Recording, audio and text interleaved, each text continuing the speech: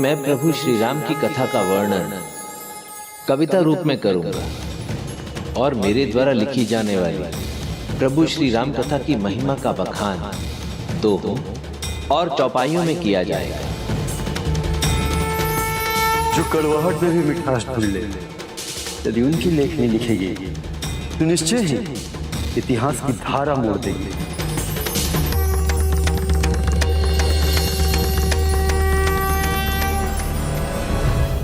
अद्भुत। तुलसीदास जी ने जो किया वो विष से अमृत निकालने के समान था। ज्ञानदत्त के वचनों ने भी अपने लिए प्रेरणा ढूंढ ली। ये सीख तो सभी को लेनी चाहिए पुष्पदंत जी। अपनी भूलों से, अपनी विफलताओं से सीख लेकर आगे बढ़ना चाहिए, ना कि दुखी होकर अपना आत्मविश्वास खो देना चाहिए। तभी सफलता मिलती है, फिर भले ही कोई किसी के सामर्थ्य को कितना भी कम क्यों ना आके।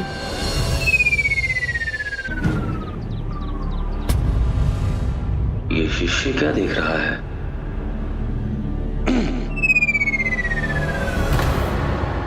प्रणाम गुरुजी।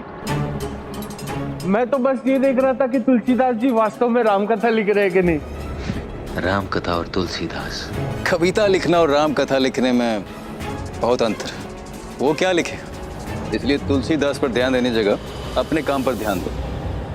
हे प्रभु, आपके इस महान कार्य में मेरा मार्गदर्शन करने की कृपा करें।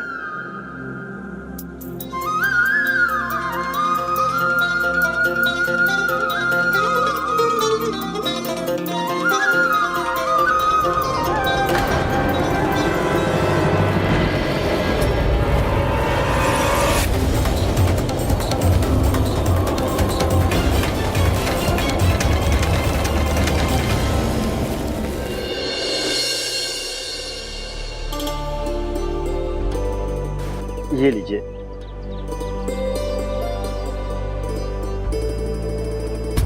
ये तो लेखनी ही टूट गई। समय अनुकूल है इतने शुभ कार्य के लिए, इतना पावन और शुभ अवसर है, फिर ये अपशकुन क्यों? ये तो मुझे ज्ञात नहीं मित्र, परंतु इतना अवश्य ज्ञात है कि ये सभी बाधाएं, ये सभी विघ्न अत्यंत छोटे हैं, परंतु मेरा उद्देश्य वो अत्यंत महान है। स्वयं प्रभु ने ही तो मेरा मार्गदर्शन किया है।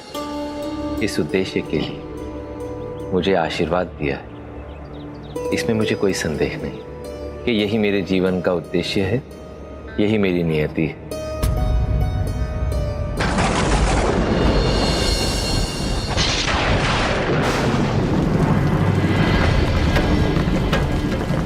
अब ये वर्षा कहां से आरंभ हो गई?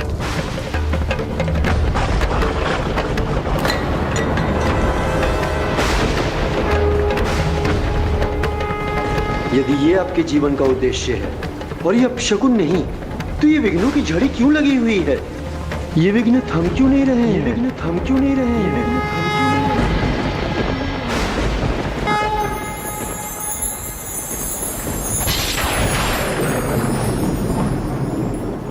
हे प्रभु, हे प्रथम पूजनीय, हे श्री विघ्नहर्ता गणेश, आज रामनवमी के पावन अवसर पर मैं तुलसीदास प्रभु श्री राम की कथा अवधी भाषा में लिखने से पूर्व आपकी वंदना में, आपकी स्तुति में कुछ पंक्तियां आप ही को समर्पित करता हूं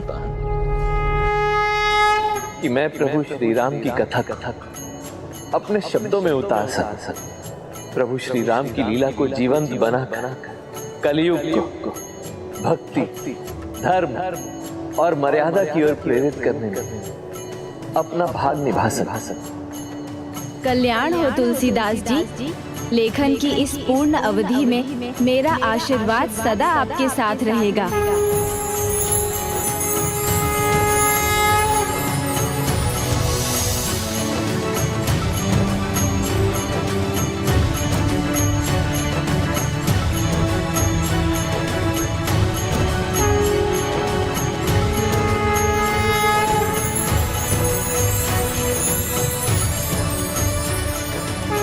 ज्ञानेश्वर गणेश जी की कृपा पात्र बने हैं आप। अब आपको अपने महान ग्रंथ के लेखन में और विलंब नहीं करना चाहिए। हे प्रभु, आपका कोटि कोटि धन्यवाद।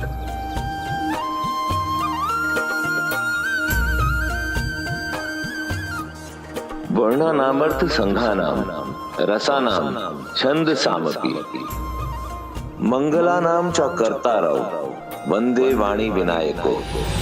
ये सब बैठे मेरी सभा में और सुन उसे रहे हैं, और वो ऐसा क्या ही कह रहा है। साधारण सी भाषा में थोड़ी सी तुकबंदी तो की है उसने।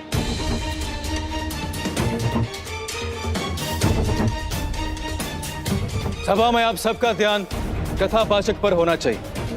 इधर देखिए सब, अपना ध्यान भटकने मत दीजिए।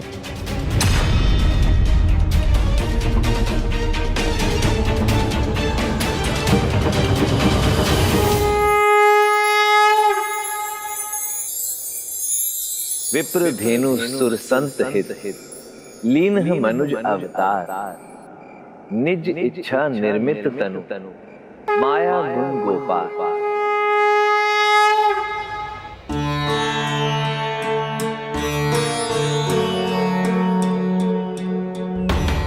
कहां गए सबके सब?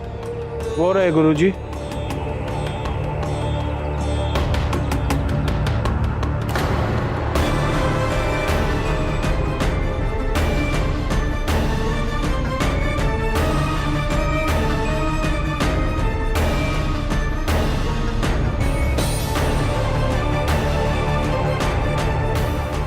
ये सब वो क्या रहेगा?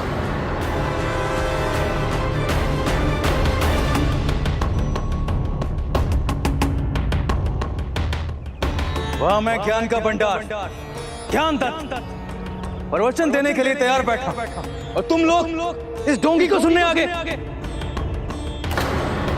आत्मा तर्क करनी है तो मेरे साथ आओ।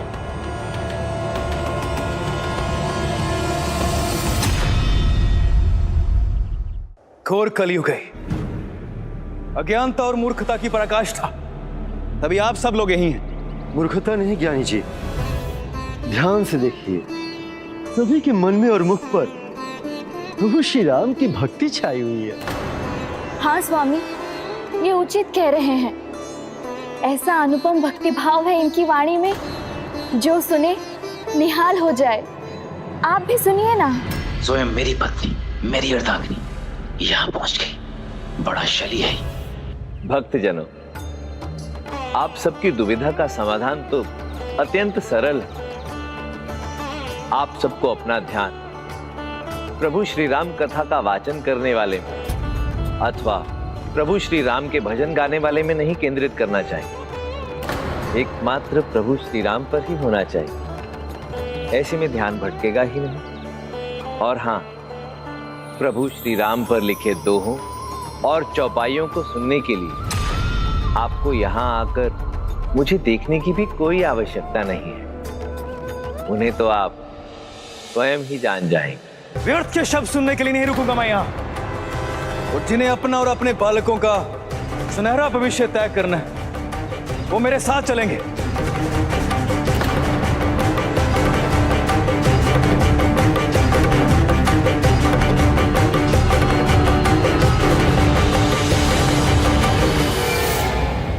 तुलसीदास जी, महाशय ज्ञानदत्त का यह कैसा थोथा ज्ञान है कि प्रभु श्री राम का चरित्र सुनकर भी उनके मन में तनिक भी भक्ति भाव नहीं आया।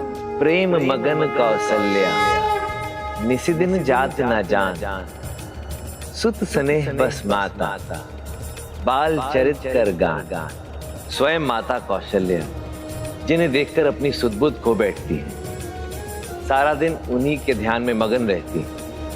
ऐसे प्रभु श्री राम के गुणगान से जो वंचित रह गया, ये उसका दुर्भाग्य है।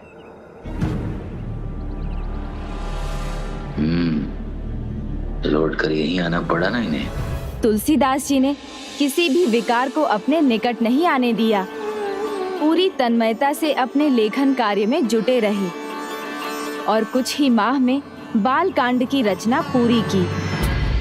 निज गिरा पावनी करण कार राम जसु तुलसी कहियो रघुबीर चरित अपार बारिधि पारु कभी कौने कही।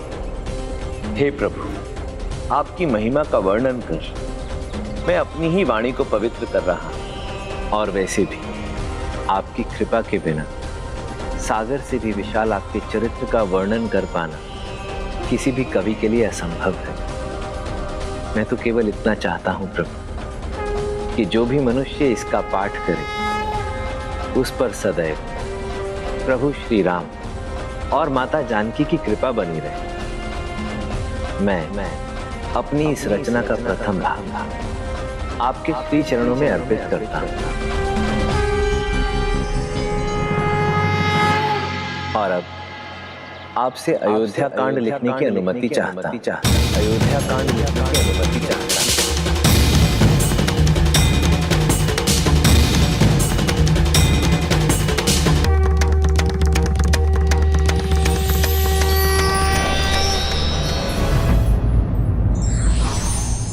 सफलता द्वेष पर नहीं, उद्देश्य पर ध्यान देने से मिलती है। For more updates, subscribe to our channel, click the show links and enjoy watching the videos.